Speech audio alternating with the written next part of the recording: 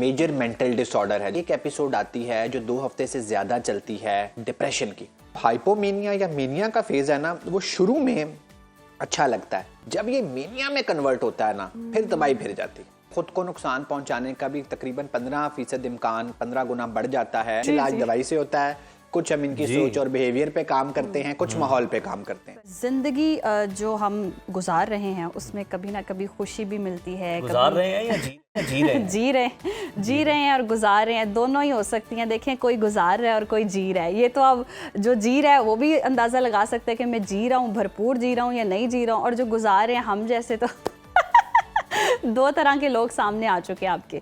तो कभी आपको थकन होती है, कभी आप सुस्त होते हैं, कभी आप चिड़चिड़े होते हैं। मतलब बहुत सारे मूड्स होते हैं जिनका उतार चढ़ाव होता है, और बल्कि एक जहनी बीमारी भी हो सकती है जिसे बाइपोलर डिसऑर्डर भी कहा जाता है। और ये बीमारी सिर्फ मूड स्विंग्स का नाम नहीं है, बल्कि एक पेचीदा जहनी हालत है जो इंसान की सोच, रवैये और रोज़मर्रा ज़िंदगी को मुतासर कर रही होती है। बहुत से लोग हत्ता कि ख़ानदान वाले भी इस बीमारी के अलामात को समझ नहीं पाते हैं और इसे जज्बाती अदम तवाज़ुन या आर्जी तौर पर उदासी समझ रहे होते हैं कि भाई बस ये सैड हो सकता है, लेकिन उसका चिड़चिड़ापन या अलामात जो हैं वो जाहिर हो रही होती हैं कहीं ना कहीं। लेकिन दुनिया भर में लाखों लोग इस बीमारी से मुतासर हैं, मगर अक्सर झिझक या फिर लाइल्मी की वजह से बर वक्त मदद नहीं लेते।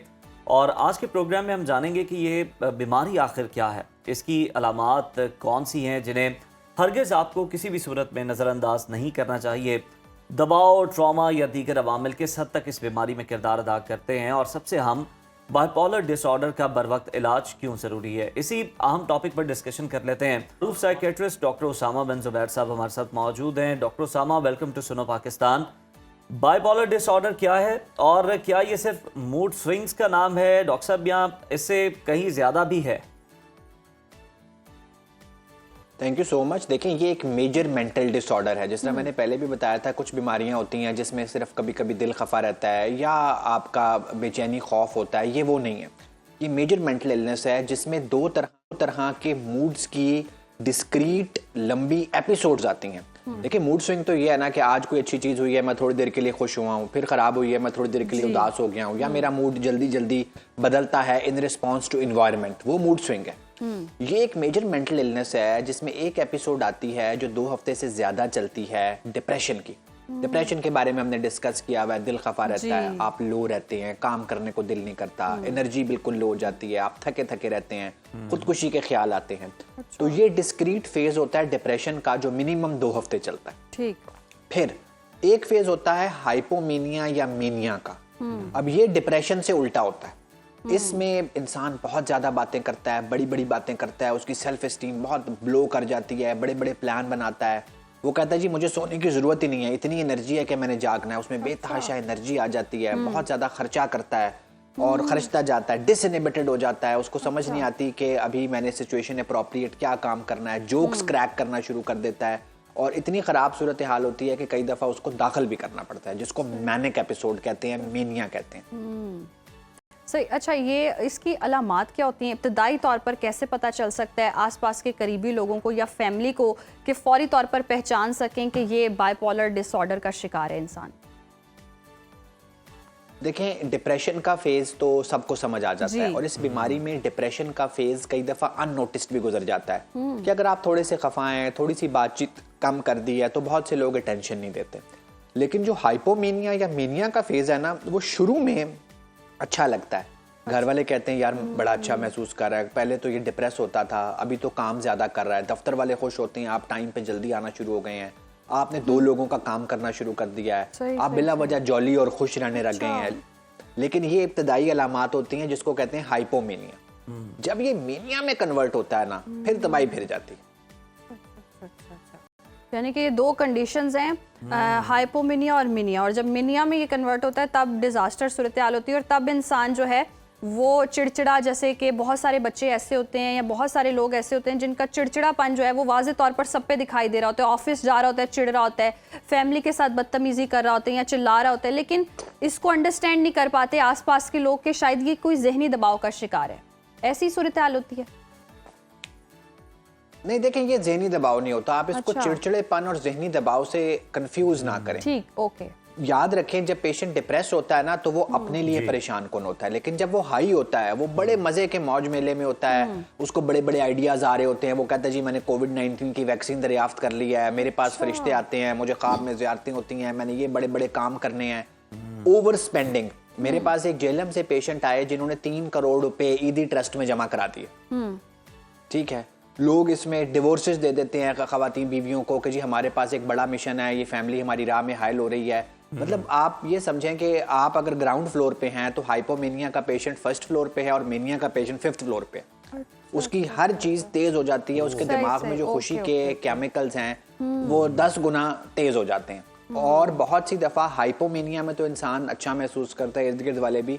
मीनिया में बहुत सी दफा दाखिल करने की जरूरत होती है क्योंकि रिस्क बहुत होता है। ओवर स्पेंडिंग देखे, एक बंदे ने 3 करोड़ खर्च दिया जी, किसी बंदे ने नबूवत का दावा कर दिया, लोग ब्लास्फेमी का वो लेके पहुंच जाते हैं, उसको जलाने के दरपे हो जाते हैं, जबकि नीचे एक बीमारी चल रही होती है। तो बहुत सा रिस्की बिहेवियर आ जाता है। बिल्कुल में आप गाड़ी बहुत तेज आ जाता है। डॉक्टर उसामा, बाइपोलर डिसऑर्डर के दौरान खुदकुशी, सुसाइड करने के या खतरनाक रवैयों के इम्कानात, चांसेस किस कदर होते हैं, कितने % होते हैं, और खुद को नुकसान पहुंचाने के हवाले से या दूसरों को नुकसान क्या वो शख्स पहुंचा सकता है?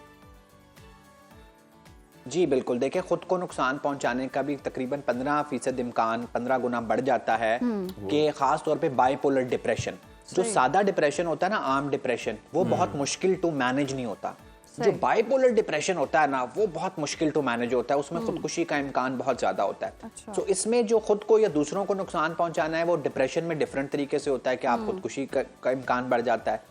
और मेनिया में डिफरेंट तरीके से होता है कि आपको लगता है आप बहुत बड़े मिशन पे असाइंड हैं, तो जो भी उसकी राह में आएगा आप उसको मारने की कोशिश करेंगे, नुकसान पहुंचाने की कोशिश करेंगे।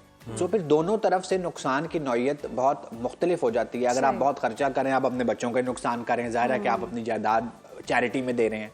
फिर बहुत ज़्यादा मसले मसाइल आना शुरू हो जाते हैं, पेशेंट बिल्कुल अनमैनेजेबल हो जाता है। अच्छा डॉक्टर उसामा, ये कौन सा फेज़ होता है कि कुछ लोग ऐसे होते हैं जो 1 मिनट में आपसे बड़े उखड़े हैं, दूसरे मिनट में बहुत ही खुश इखलाक होते हैं, और अगर बहुत खुश इखलाक हैं तो दूसरे मिनट में आप कहेंगे ये इसको क्या हो गया, ये इतना अवॉइड क्यों कर रहा है, वो एकदम से आपसे रूठ भी जाता है। तो ये कौन सा फेज़ होता है किसी भी इंसान का, ये कौन सा डिसऑर्डर होता है? क्योंकि नॉर्मली कहा जाता है ये बाइपोलर डिसऑर्डर है। इसको नहीं देखें, ये मिस नॉर्मल होता है। ये बाइपोलर डिसऑर्डर मैंने आपको समझा दिया कि वो एक सख्त ज़हनी बीमारी है जो मिनटों में डायग्नोज नहीं होती। प्रॉपर एक सेट ऑफ सिम्टम्स है जो कुछ टाइम तक रहेगा, रिस्क लाएगा, क्वालिटी ऑफ लाइफ इंपेयर करेगा, तो वो बाइपोलर है। ये जो आपने कंडीशन बताई है ना, ये मूड स्विंग्स हैं जो अमूमन जो लोग जज्बाती ज्यादा होते हैं ना, जो हमारे बहुत सारे पॉलिटिशियंस हैं, बहुत सारे एक्टर्स हैं जो इस आर्जे में मुब्तला होते हैं, बाइपोलर में नहीं, जज्बाती पन के आर्जे में ना, जो थोड़े से ज्यादा जज्बाती होते हैं, जो उनकी शख्सियत का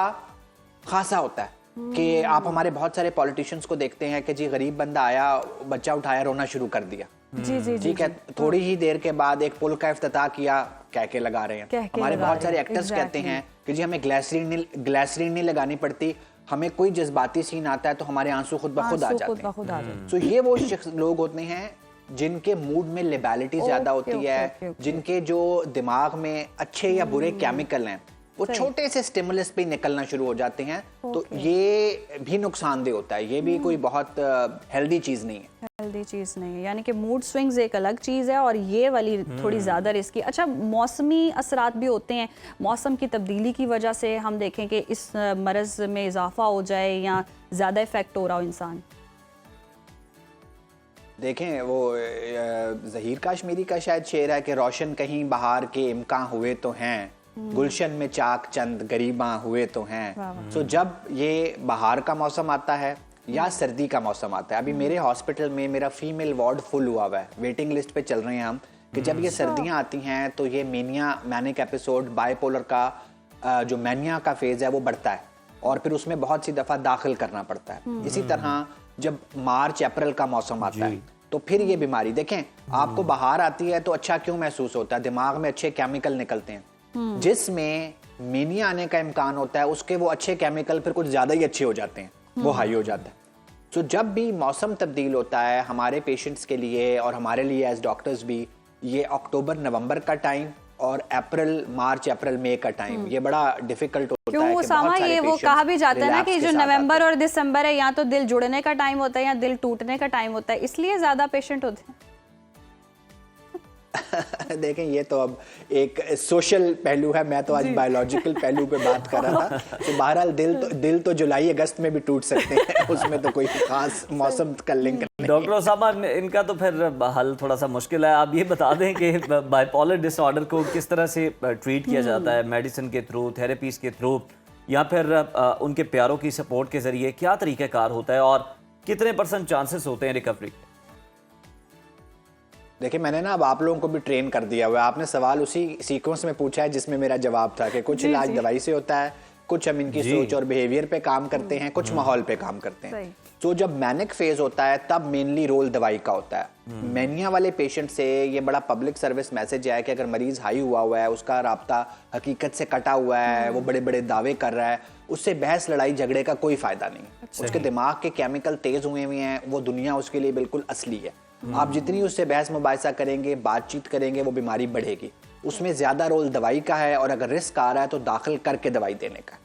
फिर जब एक दफा मैनिक फेज सेटल हो जाता है, फिर हम पेशेंट को बताते हैं या घर वालों को भी कि अगर ये दवाई लेता रहेगा, फिर सोशल रिदम थेरेपी, इसका खाना पीना सोना जागना सब एक टाइम पे होगा, ये शादियों फौतगियों पे नहीं जाएगा, खास तौर पे रात की शादियों पे, ड्रग्स यूज नहीं करेगा, ज्यादा स्ट्रेस नहीं आएगा, जिंदगी एक लाइन में चलेगी, तो बीमारी वापस नहीं आएगी। तो ये बहुत इंपॉर्टेंट है। और फिर जब डिप्रेसिव फेज आता है, इसमें बाइपोलर डिप्रेशन भी बड़ा सख्त होता है। मेरे पास कई पेशेंट आते हैं जिनको मुझे कैटामीन से टीकों से बेहतर करना पड़ता है, TMS transcranial magnetic stimulation machine लगानी पड़ती है, कि ये आम डिप्रेशन से बहुत सख्त होता है, रूटीन की दवाइयों को कई दफ़ा रिस्पॉन्ड नहीं करता। तो इसके दोनों फेजेस जो है ना, जो डिप्रेसिव फेज होता है वो पेशेंट के लिए बहुत प्रॉब्लमेटिक और चैलेंजिंग होता है, और जो हाई या मैनिक फेज होता है वो घर वालों के लिए बहुत चैलेंजिंग होता है। और ये फिर वही जो आखिरी बात मैं हमेशा करता हूँ ना, कि ये बीमारी जेनेटिक होती है, खानदान में चलती है। मेरे पास कई फैमिलीज ऐसी हैं जो 2 या 3 या 4 पेशेंट्स, मेरे पास अभी 2 भाई दाखिल है, दोनों मैनिक है। आप सोचें घर में क्या हालत हुई होगी कि 2 भाई हाई हुए हैं, बोलते जा रहे हैं, बड़े बड़े दावे कर रहे हैं। तो बड़ी मेहरबानी है, खानदान में शादियां कम से कम करें, खास तौर पे अगर आपके खानदान में मेंटल इलनेस का जीन मौजूद है तो फिर इसको मत पकाएं, खानदान से बाहर शादी करें। बिल्कुल ठीक है। बहुत शुक्रिया डॉक्टर उसामा बिन ज़ुबैर साहब आपके वक्त का।